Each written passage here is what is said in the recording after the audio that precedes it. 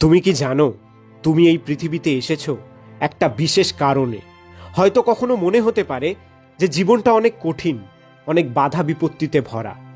কিন্তু মনে রাখো, সবচেয়ে বড় জিত আসে সবচেয়ে বড় লড়াইয়ের থেকে। প্রথমে তোমাকে নিজের উপরে বিশ্বাস রাখতে হবে।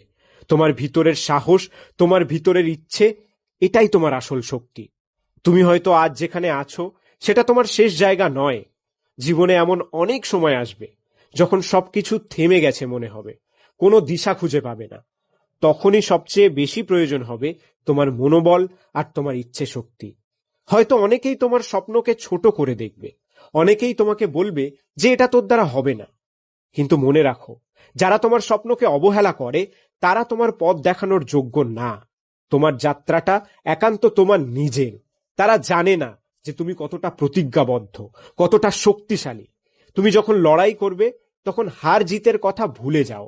শুধু তোমার লক্ষ্য ঠিক রাখো, রোজ এক পা করতে করতে এগিয়ে যাও। কারণ তোমার প্রতিদিনের ছোট ছোট প্রচেষ্টাই তোমাকে বড় জয়ের সিঁড়ি তৈরি করে দেবে। মনে রাখো, রাতের পরেই আসে দিন।